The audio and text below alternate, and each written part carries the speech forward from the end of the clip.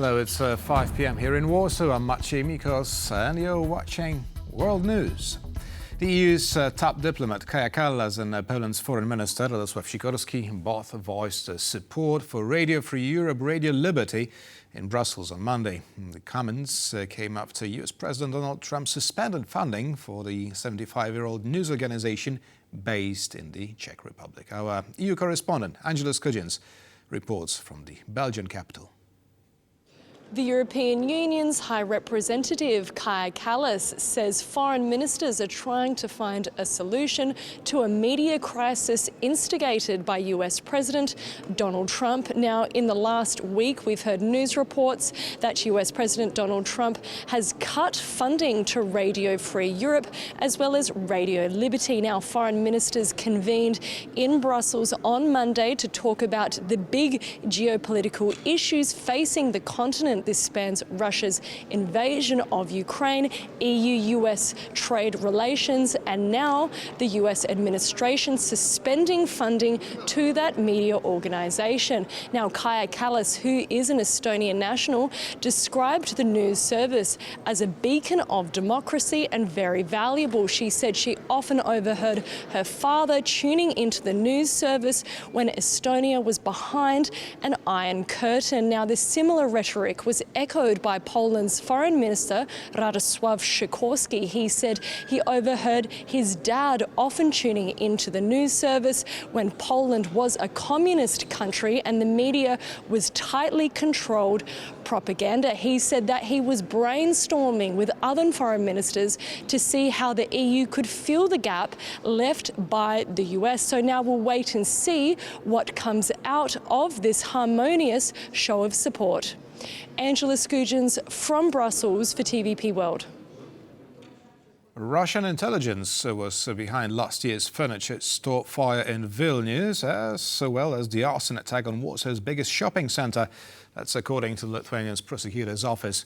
While referring to these revelations, Polish Prime Minister Donald Tusk said that they confirm Polish suspicions regarding the perpetrators of these acts of sabotage.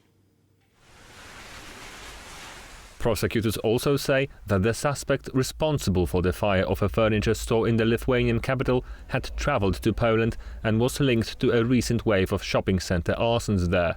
Reports indicate he was not acting alone, but as part of an organised group.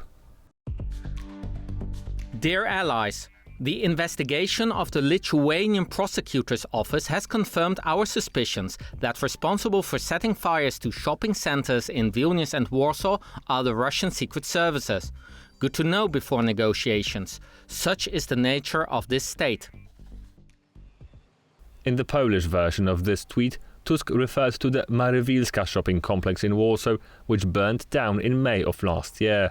Lithuanian authorities say the suspect visited Poland and Lithuania multiple times, using those trips to plan and prepare the attacks. While in both countries, he coordinated with other members of his group and mapped out possible escape routes. Officials also noted that the suspect repeatedly changed residences and modes of transport to evade detection by local authorities. The system will be ahead of our adversaries, said Polish Minister of Defense Wladyslaw Kosianiak-Kamysz during a joint press conference with the Minister of Digital Affairs on Monday. His remarks came during the launch of the first quantum interconnection at the Military University of Technology in Warsaw, a system designed to secure internal encrypted communications.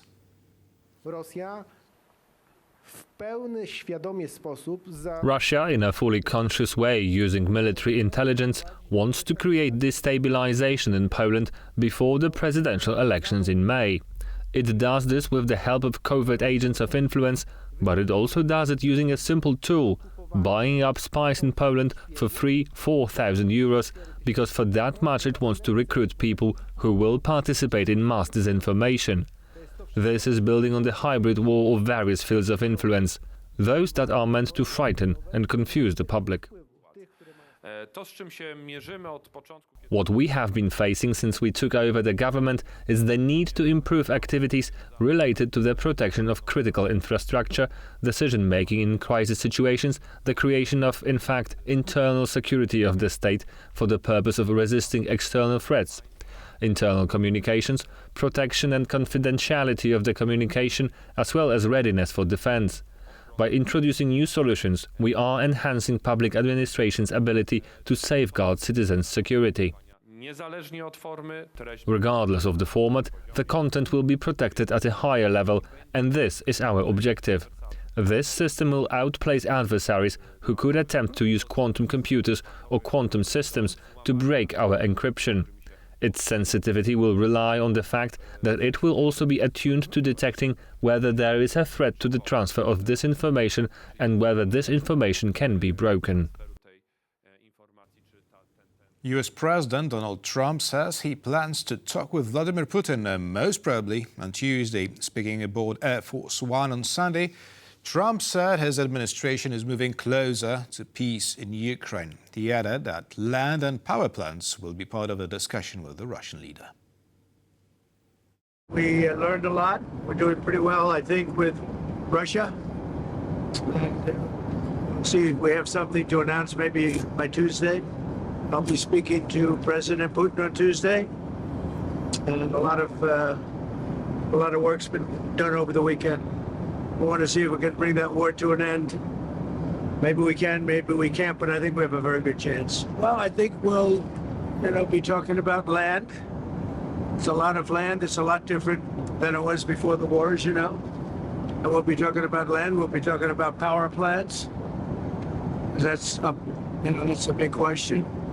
But I think we have a lot of it already discussed very much by both sides.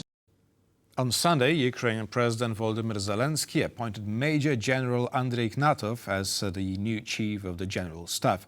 In his nightly address, Zelensky said the general's main goal will be strengthening the combat readiness of Ukrainian forces. Our correspondent, Oskar Terji, reports from Kiev. After weeks of heavy fighting, the Ukrainian government have confirmed that the Ukrainian armed forces have withdrawn from that key Russian town of Sudzha in the Kursk Oblast that was occupied by the Ukrainians in that lightning border raid they conducted in August 2024. Now, amidst this withdrawal, the Ukrainian government has also announced a shake-up at the top of the Ukrainian armed forces, with Andrei Ignatov being promoted to the new chief of the General Staff of the Ukrainian Armed Forces. President Zelensky put out a statement on Sunday night to discuss this change. Let's take a listen to what he had to say in his nightly address. Today I made personnel changes in the armed forces of Ukraine. Together with the Commander-in-Chief Alexander Sikorski and Minister of Defense Rustem Umerov, we decided that the new chief of the General Staff will be Andrei Ignatov, a combat guy. His task is to maximize the combat experience of our brigades in planning both defensive and offensive operations, as well as to actively develop the corps system. Now, this news comes as US President Donald Trump announced that he was going to have conversations over the phone with the Russian dictator Vladimir Putin about the US's ceasefire proposals. Now, amidst this news, the Ukrainian government has spelled out its red lines for any future negotiations with Russia, and they are no more lost territory and the return of all kidnapped children deported into Russia by the Russian authorities to be brought back to Ukraine and reunited with their Ukrainian families. It's Oskar Terji reporting from Kyiv for TVP World. And that's all the news for now. Thank you for watching. The Bottom Line with Marie Cato is coming up next.